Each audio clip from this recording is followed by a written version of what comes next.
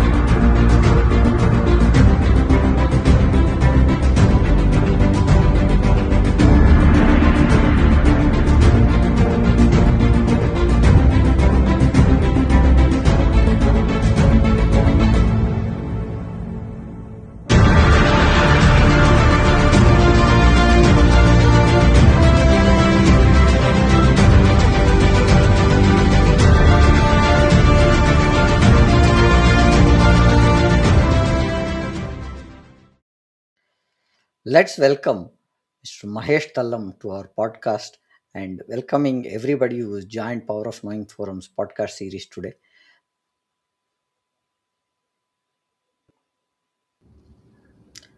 Sir, good evening. Welcome to our podcast, sir. How are you today? Good evening, Prem. Thank you for inviting me today. Doing wonderful. I hope you and all the listeners, viewers are doing good too. Thank you, sir. A small intro about your journey, sir, so that for the audience sake.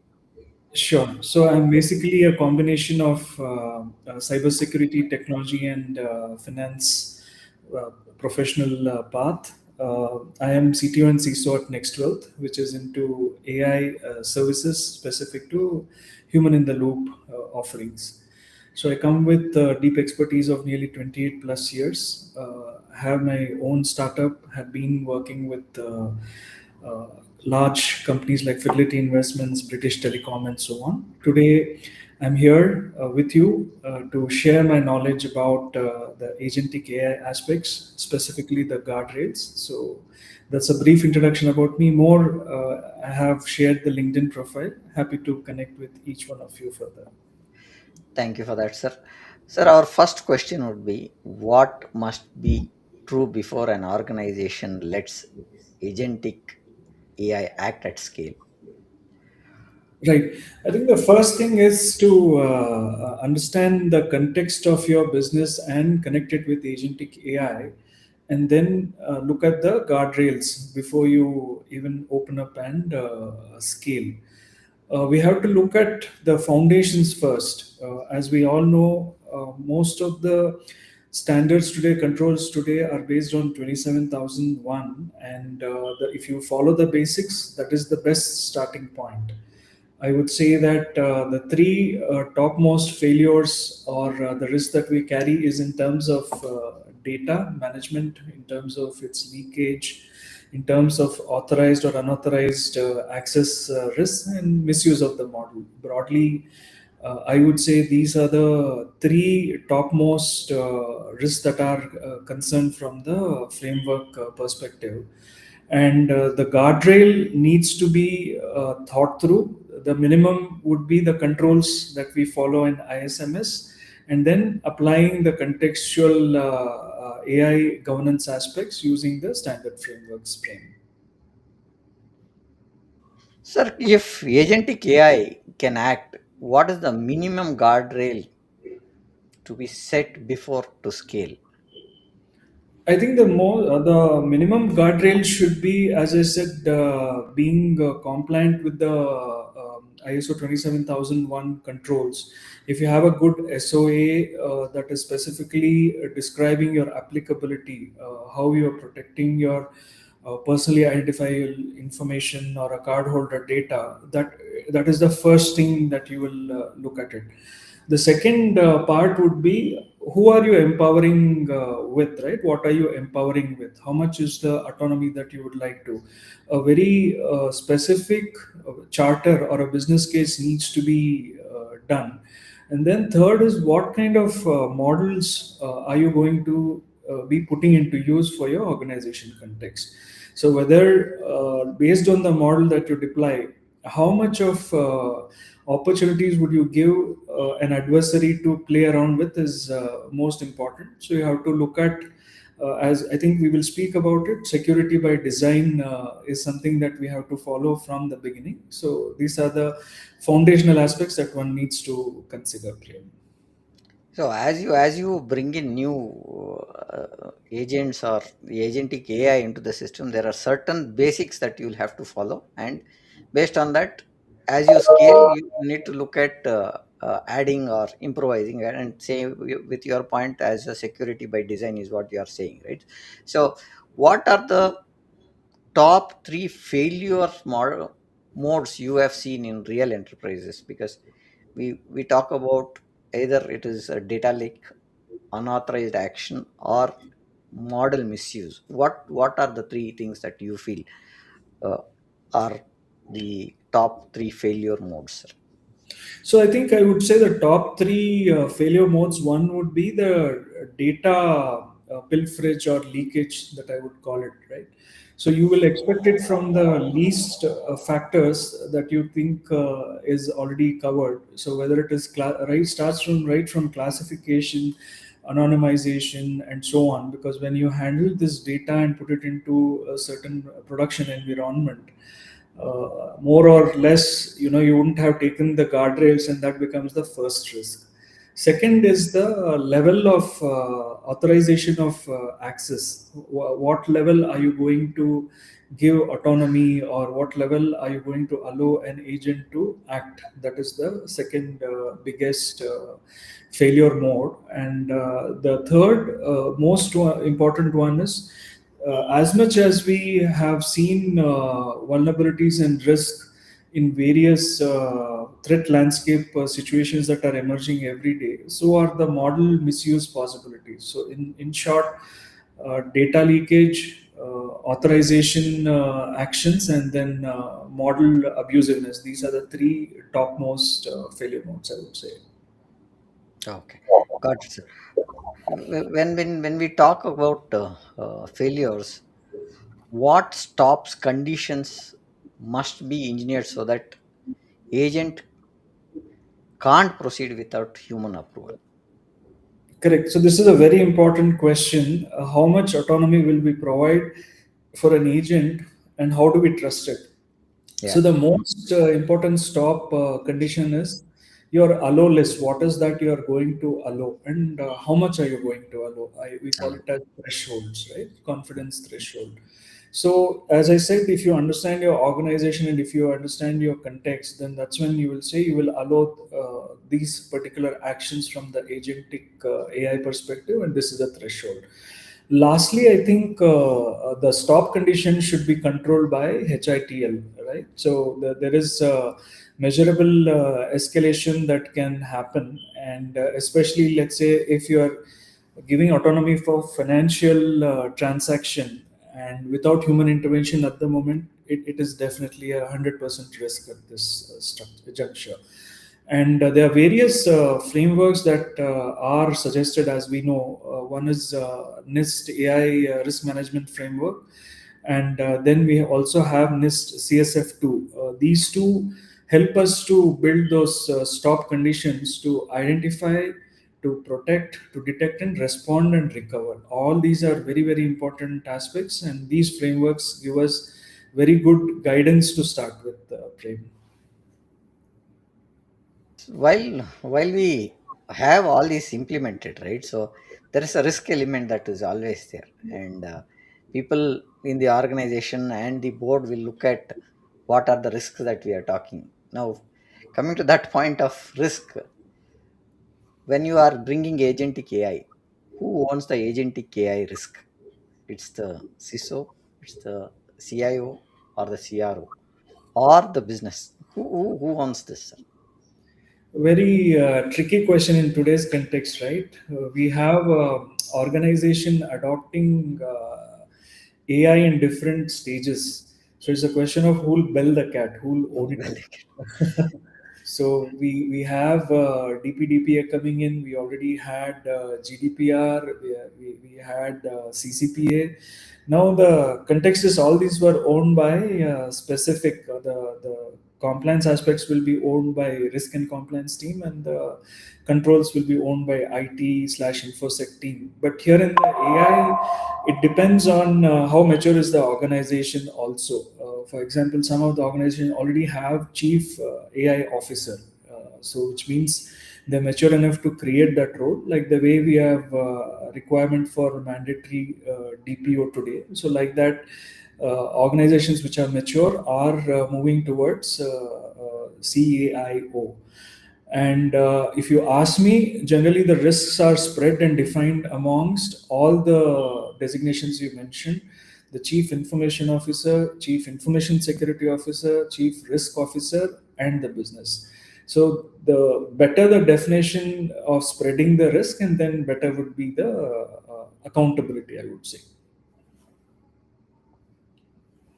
Right in saying that who's going to bell the cat, that's an important point. And when we talk about risks, what kind of risks are we taking into account which is known, and what kind of risks are unknown also there, right? So we cannot identify the risks when we start with, right? And what governance model actually works in regulated environments? Central AI office, federated product teams, or risk-led steering? Which are the things that you feel should be the governance model, actually, sir? I would say that it should be a combination of all the three, Prem, because when you are a large company or a medium company, or also medium-sized, mid-sized company, having presence across multiple locations, it's important to drive the charter through a centralized AI office. I would give certain X percentage of weightage. Then, unless you federate and work with the product teams or service development teams, you will not be able to get to the ground. So there's another metric or weightage given to this. Lastly, you mentioned about risk-led steering, right? Because risk-based frameworks are supposed to be the best protection. We visualize what worse can happen, and then accordingly you build your threshold requirements and approvals and controls. So I would say that amongst all the three, I'm not picking one. I'm going to give a metric to weightage to each one of them based on the architecture, based on the service offering, based on your geographical presence, and so on, and build the governance model. Right, sir.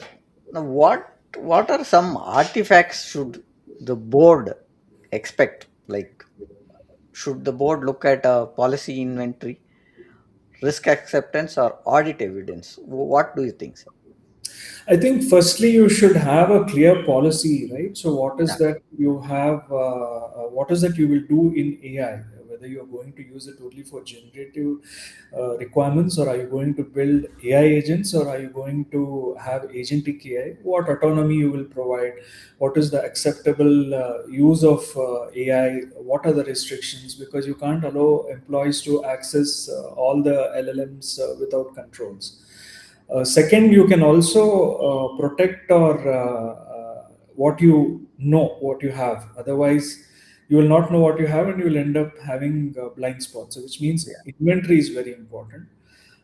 Thirdly, the risk register, which is applicable today in the entire value chain, stands applicable here also, right? And there would be certain residual risks which need to be signed off with the board in case they are exceeding the particular level. And obviously evidence based approach is good, where there is a, you can always provide at a high level what level of controls you have put based on the risk management frameworks, and that is what the board will be more interested. As you know, today there's a requirement for explainability by every organization to the statutory authorities how and what they are doing. So very soon this would become a norm, and I would say that these are important foundations, especially at the board level. Sir, what we are saying is we need to map it to the governance model, is what you are saying. And if you look at either map it to an ISO standard or a AIMS, which is the 42001 or ISO 27000, right? So these are the maps that you want to look at, Right. and stress on getting the RACI matrix clear. So that is what I think you are bringing up. And when we really look at agentic AI, fails most often when accountability is not with one person and it is shared, is what I take when we see these pointers, right? Now, how do we classify agent capabilities so that control matches the risk? Yeah. So I spoke about autonomy, right? So Yeah. we all know what is autonomy. How much of independence are you going to give to an agent to act on your behalf? Hmm. So, example, if you want to book a ticket, will you feed the agent with your credit card information that it can operate, where it can do end to end and get you the ticket? In this is at the consumer or lifestyle level, or would you give autonomy to understand the invoice and make an auto processing of paying out within let's say 45 days or 60 days from the date of invoice? So these are what we call it as autonomy. Now I would classify three levels, right? One is read only, where you are not allowing the agent to take any action. You are essentially querying and asking it to understand and give you the information. It is completely HITL driven. You are controlling it by the logging and DLP and content filtering and so on. The second one would be in terms of right limited. So, which Hmm. means that you will have limited predefined rule sets that you will exercise, and they are approval workflows where there is, let's say, a partial HITL involved. Third is the transact level, which is the highest level of autonomy in terms of ability to modify, ability to deploy, and so on. So there is a control required where human policing is required and real-time monitoring is required. No, Because yes. sometimes if you ask for remediation of recommendations on Azure, it will go and auto remediate. At the same time, it can throw up some other problems across your cloud. So that is why I'm classifying into three, and control stacks are accordingly listed.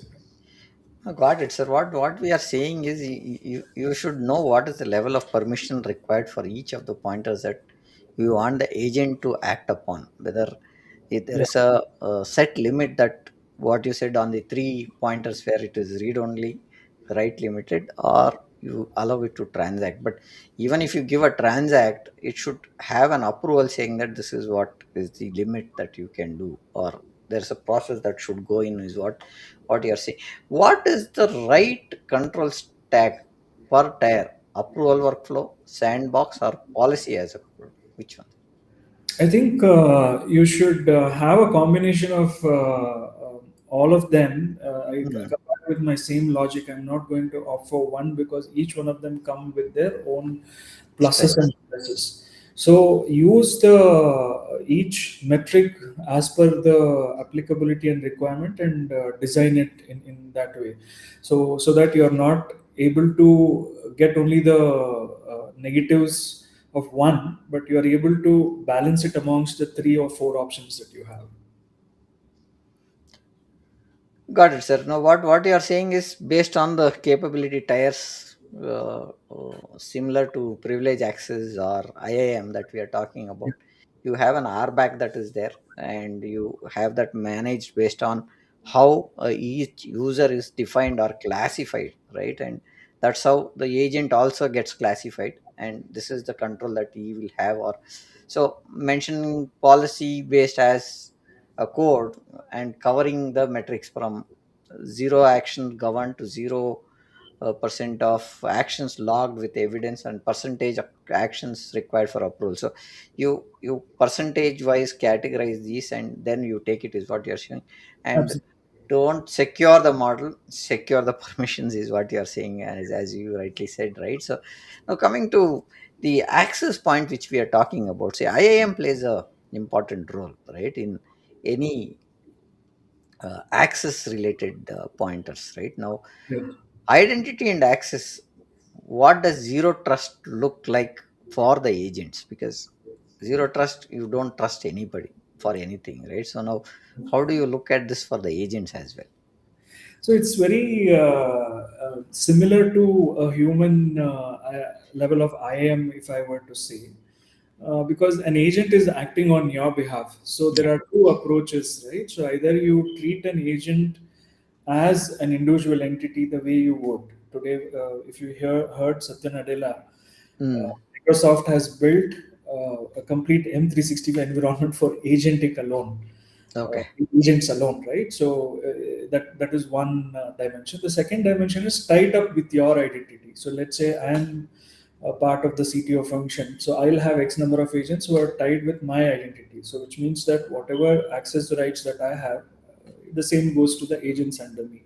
Likewise, you have a CFO function, or you have a operation functions. You can have your IAM configured or delegated as per your individual human identity. So these are two areas, and sometimes it makes sense to use a hybrid because an agent can be a part of multiple functions and so on. So wherein you can define a separate set of identity for this agent who is cutting across multiple functions and manage it. So it is like having the best of both the worlds playing. Got it, sir. Now, what, or should agents get their own identities, or they always impersonate a user with a constrained delegation? How do you look at this point, sir?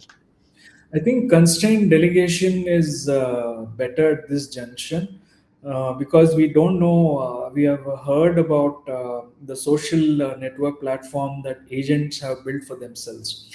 So we don't know how and what they are going to behave with in the future. So it is knowing going from the risk perspective.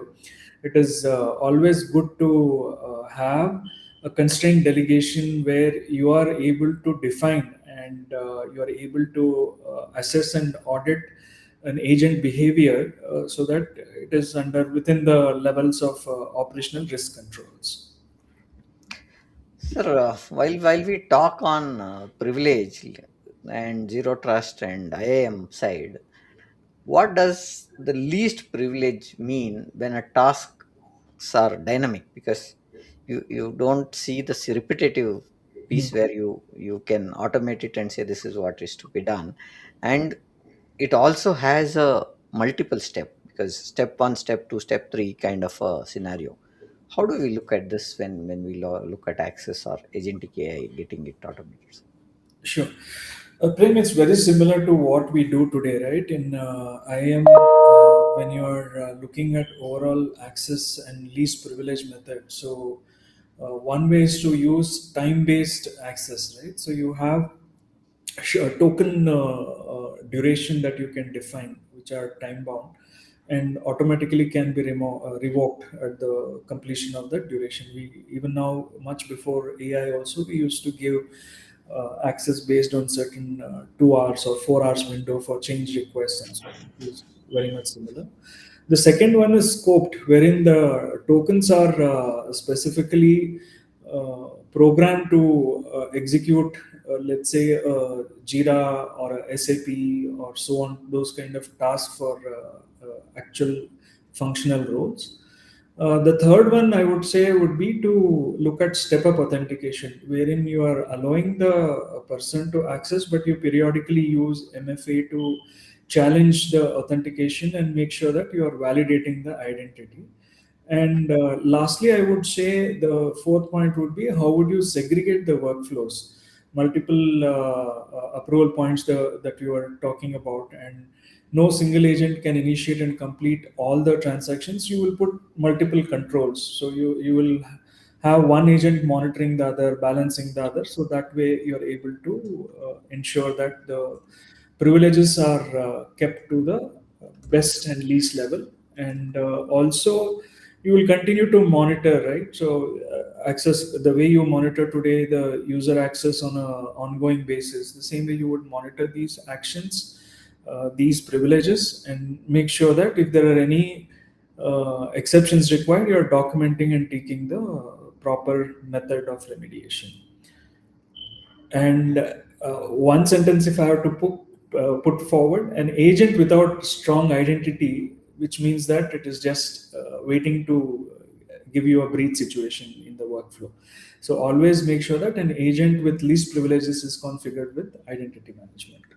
Now, again, based on the role that the user has created that service account or the agent that is there, and with that, I think you need to use the zero trust principles again here. You have to look at the privilege access managed PAM, which also has to be looked at, and what is the credential length also, or is the duration of the credentials that he's going to use, because that's how the agent thing can be controlled, is what I understand. And with that, how do we look at having prevent sensitive data from becoming a training data or a prompt Yeah. exhaust, right? So that's what I think what you're saying. Now, how do you implement data classification and DLP prompts or tool outputs for and memory stores using agentic AIs? Right. So this is one new emerging challenging areas for all of us, Yeah. because it's very easy to put DLP and say don't share the Aadhaar card, PAN card, and all. So how do you do that for AI, and especially agents who are going to use Yeah. different models, different LLMs, some of them, and different GPTs and so on. So one level is classifying the prompts, right? So essentially the prompts can be classified based on whether it's a publicly available data, internal data, confidential data, whether it is restricted. So you block or you redact or modify the content based on the agent classification. That is the first one. Second is tool output filtering. One will cross check and verify all the responses of PII or sensitive PII, so on and so forth. That is the second classification where you are checking on this. Third, memory store protection is something which is very, very contextual and important, because this almost is very sensitive, because if somebody gets an access to this, it is almost having data that someone can threaten you with a ransomware equivalent. So encryption of agent memory is something which is very important. So which means your conversation history, whatever learned context is there, whether it is at rest or in transit or at work, you should make sure that it is encrypted. And retention policies should be aligned with classification and the local regulations. So, example, minimum 12 months of data should be there, and air gapped, so that it's restorable and so on. And apart from the guardrails. So, in short, you have to extend your current level of controls into the AI world. That's how I would put it, Prem. I think what you're saying is, you see, it's a different challenge that we are going to see when you look at having prompts for DLP and data classification. And also, memory store is one thing that I think it depends on the kind of application, or depends upon how the access goes in based on the agent's requirement, right? So that's a critical challenge that we are seeing. Now, when we are talking about DLP and the data classification part, now what should the leaders, or how should the leaders think about GDPR, which is a zone based, right, where you have the European Union saying that the data should not go out and stuff like that on the GDPR side. And now with India coming to DPDP, right, and DPDP obligations in agent workflows, how do you look at that? Yeah, so this is a very good privacy regulation that's getting implemented in India in the next 12 to 18 months. Hmm. Essentially, we are all hounded by so many marketing calls because there was no rule or regulation that service provider who collected your KYC not to allow him to misuse it, right? So Yes. now that is what it addressing. So from the agent perspective, you should limit it to collect only the necessary data that is required for the task, Hmm. not to just collect everything and process it, right? So whatever is required from the transactional context, only that you should do it and document it in the model inventory. Second is data minimization, so which means that, or tokenize it, which means that you will not identify yourself as Prem Kumar and then attribute. So you will give a different identity and then attribute that can be Yeah. connected. So that is the second part. Third is retention of controls. You should have an ability to auto delete responses uh, and process it. Right. If you, let's say, if you get a cardholder data that you are not supposed to, you should be able to automatically delete that and make the process. The agent should be able to process it. Audit logs becomes very important here. The access trails, every log is important in this case, so that you know who is the user, what is the timestamp, and who accesses it. All these are required from the compliance perspective.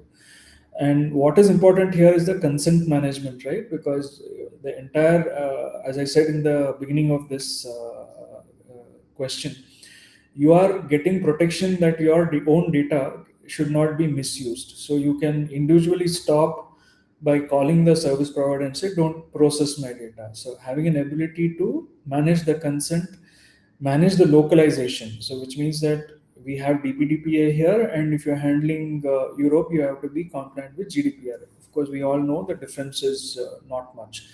And being able to adhere, let's say a breach notification should be given within 48 to 72 hours. So that is something that we should build in our systems, being to be able to respond. And in short, I would say emails are going to go away in some time, and we have seen that slowly it is becoming in different dimensions. So prompts will be your new emails, and definitely that will get recognized as evidences or regulated records. So very soon you will see laws being passed for that. But definitely, an agent, when it is being deployed as a part of the guardrails, it needs to adhere to GDPR and DPDPA controls. And we need to push those guardrails from our knowledge, experience, and wisdom perspective. Sir, what we are saying is that you need to have the right anchors for to have GDPR principles and India's DPDP compliance posture.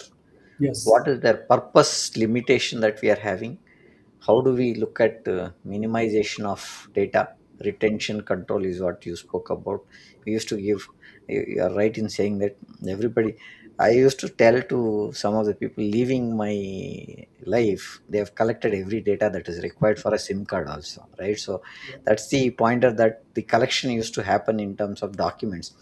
You don't know what they are required for and what is that they are proved. After having so many documents also, they would need something or the other. So Right. that's the kind of thing that we used to look at, and there was no purpose limitation for it, and it used to be collected just like that. I think that's what you are saying when you say DPDP Act or the rules that they have released will all have a retention control on this. They'll talk about how the memory can be encrypted and re-addiction of it.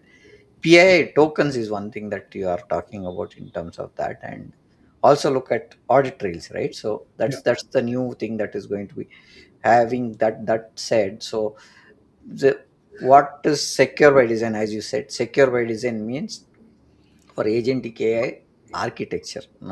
That's the point that you are trying to say.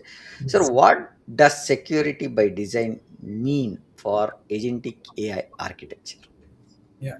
So I'll be generic and specific in answering this, frame. One is security. So security by design or secure by design always starts from left, shift left, right?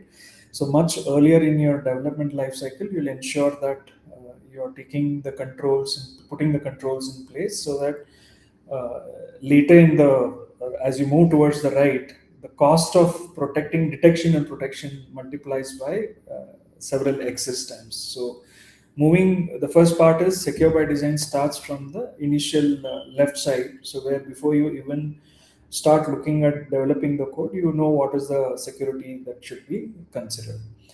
And you will it applies same thing for agentic AI architecture also, so that when you're deploying the agents, when you're conceptualizing, you start from there itself to ensure that what is the agentic AI security that you are going to consider, map it with the AI governance policy that you have for your organization, and make sure that as you move towards your MVP, your initial controlled introduction and production, you're not going to suffer huge costs and time and efforts, of course, involved here. Now, which design choices reduce blast radius? Maybe what we are talking is running it in a sandbox execution or tool gateways or egress controls. What reduces the minimum radius blasts? All three of them again. There is, can I do tool gateways without doing a sandbox testing? Answer is no. I No. would Yeah. have to do the sandbox and then do it. And can I be doing only sandbox and then not do tool? Answer is No. no, because you need to have a proper validation and gateway enforcements and so on. Egress is something that is very much required, because once you deploy the applications, then you are going to require control levels in terms of outbound or inbound connections, data exfiltrations, and what is the command and control communication, and so on. So, by design, unless you have all the three, you will miss out. You will Mm. be susceptible for higher blast impact if you miss one of them. Got it, sir. Now, how do we prevent tool abuse and prompt injections from turning into real actions? Because what I was hearing is when you have agentic AI, prompt injections are very Yes. uh, prevailing, and they can be done, is what I understand. So your take on it, sir? The defense in depth is the answer here, Yes. right? So, unless you are defending in the innermost depth, you will not be able to prevent these attacks. So, one of the best places to start with is your input validation, and you can use OWASP LLM Top 10 threat taxonomy, where it will help you to detect and block the prompt injection attempts and jailbreaks. We all have heard how people are Yeah. breaking and misusing with malicious payloads. Second is tool allow list, which means that explicitly define which tools the agent can use and which it cannot, so that you are able to predict and ensure that the behavior is within the norms that you expect it to work under. The third is, instead of that, content filtering becomes an important aspect, because you will scan the tool inputs and outputs for malicious patterns. Even if somebody were to make an attempt, if you are able to detect the behavior, then you can prevent it. You can block those injection attempts and so on. And lastly, deterministic validations, right? So critical actions are using rule based checks and not just model outputs. So that way the model becomes very important. Example, if there is a financial value to be money to be transferred, you must validate the account number against the previous historic records that you have archived and stored. And adding to this is the red team cadence. Always we have Mitra Atlas framework. We have otherwise IVs that can be mapped against the attacks and so on. So definitely one of the important factor is to track time to detect, and making sure that you are able to understand the attack pattern and prevent it. I think, in short, I would say an agent is only as safe as the tools it can reach. So, which means that minimize the access to different tools, make it as predictable, make it as clear as possible, and don't open up the entire world. So, that's how we can prevent the tool abuse and prevent the prompt injection. I got that point, sir. As you rightly said, the agent is only safe as the tool it can reach. So that is an important point that we are taking away. And sir, now when it comes to monitoring of these agents, because when we want agentic AI, we have certain parameters that we have. Now, how do we operationalize the monitoring of these agents in, especially in the production environments? I think, as I said, anything that you want to control and prevent, you should know what you have. So first thing is the inventory of agents. What are the agents that you have? What are the elements that are linked with that particular agent? What LLMs they are using, and what is the purpose and autonomy that, if you understand, then monitoring and observability will become very easy. Otherwise, there would be a lot of blind spots, and it becomes a huge learning that can be avoided. Got it, sir. Now coming to that same pointer, that I want to say, what is the telemetry which is non-negotiable, right? Action logs, prompt lineage, tool calls, or decision traces. uh, each one of them again have their own pluses. Can I just take action logs alone and not do the prompt lineage? Answer is no. Can I not do tool call traces? Answer is no. Can I not track and look at decision traces? Answer is no. So you will require all of them from the non-negotiable telemetry to say because you'll be able to correlate, like the way we have SIEMs today, which can correlate when there is a attack that is moving horizontally or vertically in the chain. Similarly, all these are very important so that you are able to understand the pattern. You are able to link it to a attack situation. I would say. Now, what we are saying also is look at some of the threat observability as a audit readiness is what we are saying right now. Yes. Yes. The next question: what metrics are matter to the leaders like MTTDR, MTTR, via policy violations and high risk frequencies? Yeah. So. Which one, sir? Uh, I mean, whatever points that you're saying, all of them have their importance, because mean time to detect is very important for you to be monitoring, to see that you are monitoring, and what is the outcome of the monitoring is your time to detect and respond. How fast can you identify what has gone wrong, and how fast can you revert it back to your previous stable state? The third part of policy violation, can you do away with MTTD and MTTR, and then can you just have policy violations? Answer is no. All of them will require what is the absolute count, how do you categorize, how do you track the trends, and how often have these attacks been, attempts have been made, and so on.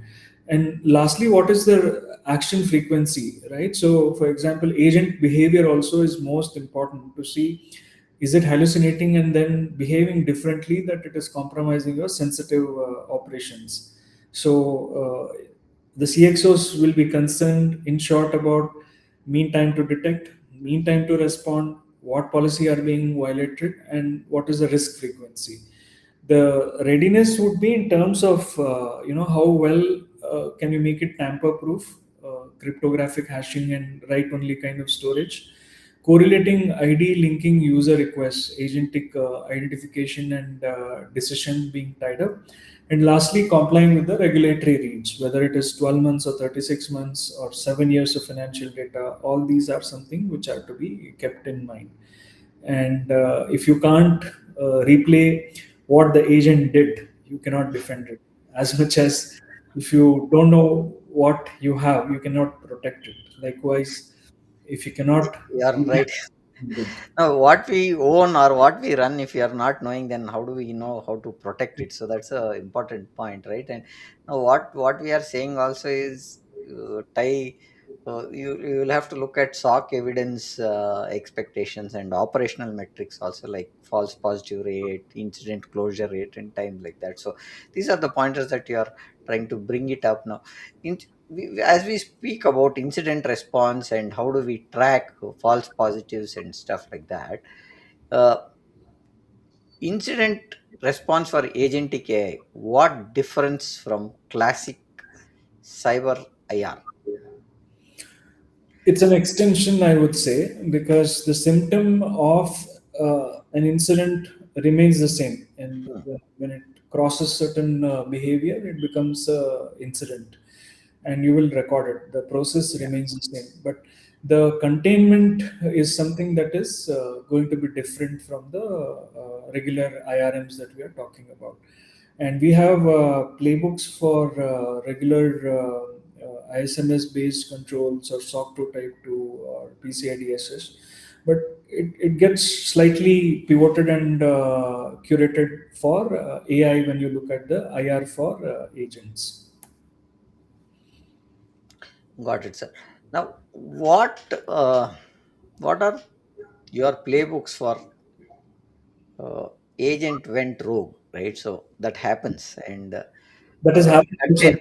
We know the platform where the agent deleted the entire code base Oh, without okay. human intervention. So, yes, So agent. how do you look at containment credential?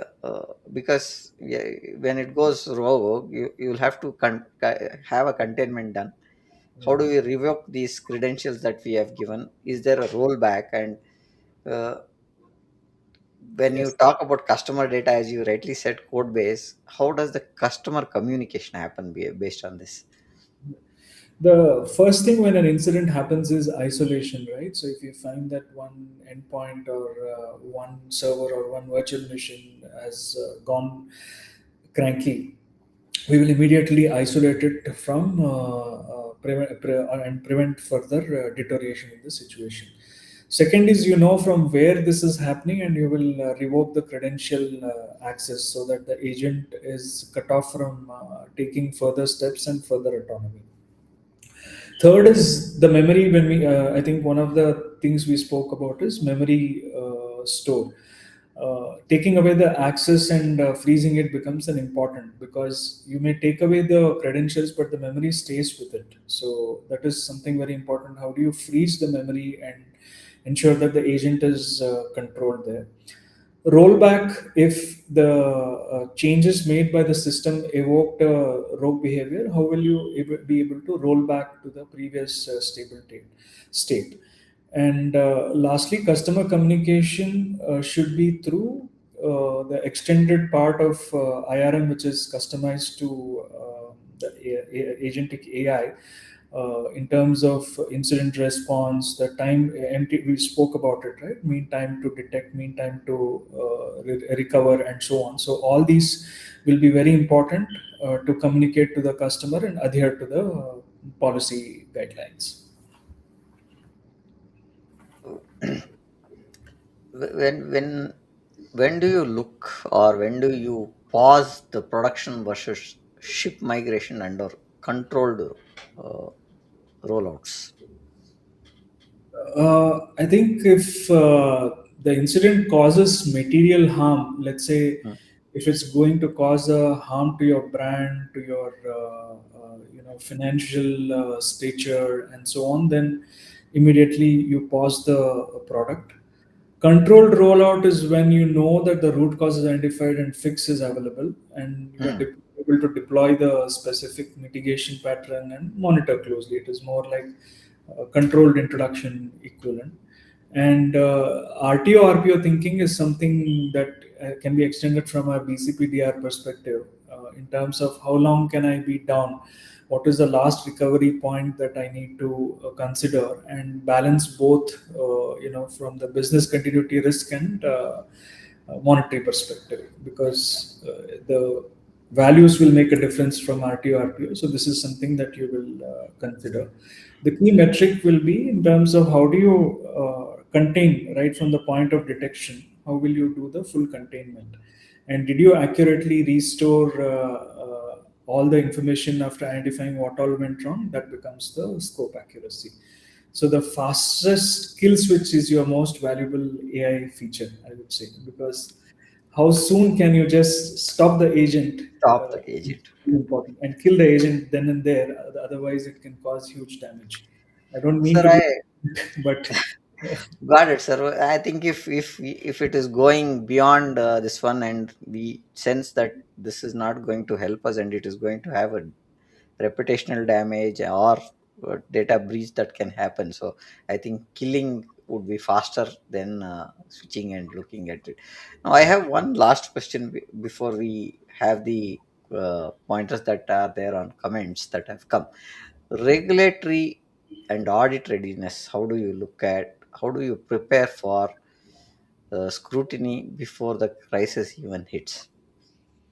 so start from day one, right? So if you start with the AI policy and AI governance mechanism, have a proper definition of your charters, have proper committees to be set up, so that when you are using AI related services, agentic AI capabilities, either to do it in house or launch it as a service for your company, this becomes very, very important. So before go live, you have to have, as I said, inventory of what agents you have. Second is risk assessments, impact assessments, agentic AI based risk assessments in terms of what can go wrong if the agent or model goes rogue or it gets compromised. Control tests, what are the controls that you can actually build in terms of your framework, what authorization can be there. And lastly, if you can understand your change logs in terms of how your agent has been empowered, configured, what training data has been enabling it, so what changed before the incident, all these will help you to control the regulatory and be audit ready, I would say. And needless to say, ISO 27001 at the foundation, 42001, and then you also have NIST based RMF and CSF that are there, which you Serious. can do it. Got it, sir. Sir, I have two questions which have come on the this one. I'll just bring them up here for us to answer. Give me a second, please. One question is here where Sudhir says, "Do we have an industry best practice for guardrails with respect to AI in general, including AI agentic?" Yeah. So as I was saying in my last answer, we have frameworks which protect you in general from AI perspective, not only agentic. So if you start with NIST-based RMF and CSF and look at ISO 42001, they will give you the best practices today, which are proven and are going to ensure that your threshold in your organization is maintained. Over and above, you can always have contextual guardrails that can be implemented for your organization, because what applies to me may not apply to another company. So that I would say 80% these frameworks, 20% is something that you can build for your contextual aspects of your organization. So, Indra, I think hope Mahesh sir is given the right answer. If you have any further this one, please put it on the comments. We will respond to your comments on that. Now, I have one more pointer which is come from Jay Prakash. Do we have any reference? One of the most minimum governance frameworks required, like MVP, to implement agentic AI governance framework. Specific examples would which are discussed here are great. Yeah, so that's the point, sir. Yeah. So my hands-on experience has been when you go for some of these agentic AI proven frameworks, they are built in into that because as a large organization can invest in a lot of innovating the governance frameworks, but I would prefer to have standard minimum governance, as you have said, built in into the system today. And I can in a couple of tools that I have used, I've seen that already these products have built in those governance frameworks, so we don't need to worry. Example correlating, I would say, suppose if I use Chat GPT and Copilot for my organization? Should I be concerned of using data about my customers and so on? Should I take it easy, or should I be very concerned? We have data protection agreement that have been built in this GPT model. So even if I upload my customer data, confidential data, I am protected. But how much of uh, experiment I want to do is left to me. So I would go step by step and take caution and then do it. So in short, the answer is the standard frameworks are defined already for AI. Agentic AI, it is still emerging. We don't have a equivalent of 42,001 from Agentic AI. We expect it to come in the near time. Otherwise, the regular controls and frameworks are good to have, and then you can extend it and apply based on your context. Adding to what sir is saying, Jayaprakash and Sudhindra, see, the governance models also are evolving as AI is evolving. So there are changes which are coming in accordingly. Based on that, the whole structure of these models also are changing, right? So that's what we wanted to say. And I would like to summarize on what we have done over the last 45 minutes now. Uh, First pointer is agentic AI changes the risk model from answer to action, is what we are talking about. Design for containment, traceability, and stop conditions from day one. So that's the first pointer that we want to look at. Governance wins, right? When clear ownership, a model agent inventory, and evidence ready control is aligned to the frameworks or the ISO policies that we are talking about, ISO 27000 or 42001. That's the second point that I would like to have. The third pointer that I want to look at is security must be shift left into architecture, zero trust identities for agents, tool gateways, OS LLM, as sir has already told, OS LLM top 10 driven threat testing is what we need to look at. Final, what we want to look at is metrics turned into uh, decisions like MTTDR, KPIs or KRIs, control coverage is what we spoke, policy exception rates like link cybersecurity, growth outcomes is what we spoke about. And the last pointer is strategy is operational model, risk appetite, approval, threshold, and resilience expect define how fast you can scale fastly. So that's the pointers that we had taken as a takeaways from the discussion that we have. Sir, any final pointer that you want to make before we close the session, sir? So I would say that it's an emerging area, and I would like to thank you for this opportunity to share this knowledge that we have collectively gained, because all of us are learning. So one of the most important parts is how well can you respond, because if you look at Anthropic wiped away almost $280 billion, and Yeah. when it is not like earlier times where I can not be connected and I can take time to respond, but today Mm. it is every day how responsive you are. And I would say that stay connected to the happenings on the ground very, Yeah. very closely. Take remedial steps, apply the basic controls that are already defined and available, and evolve with your incremental outcomes. That's how I would say. Look at only risk-based framework in whatever you do. I think we should be able to control a lot of incidents and keep the malicious behavior to the lowest.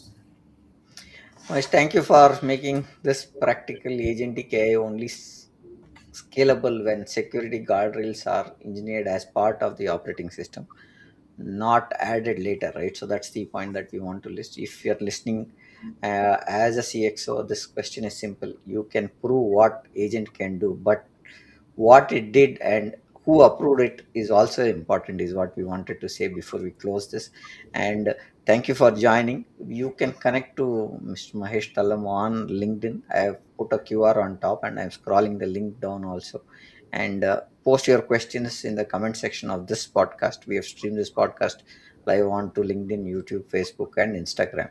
uh, do follow us. let us know how you can improve this podcast much more. And thank you for joining us. Master, thank you for joining us and have a good day, sir. Thank you, Prem. I thank all the viewers for joining and listening in today. I look forward to stay connected with all of you. Thank you so much.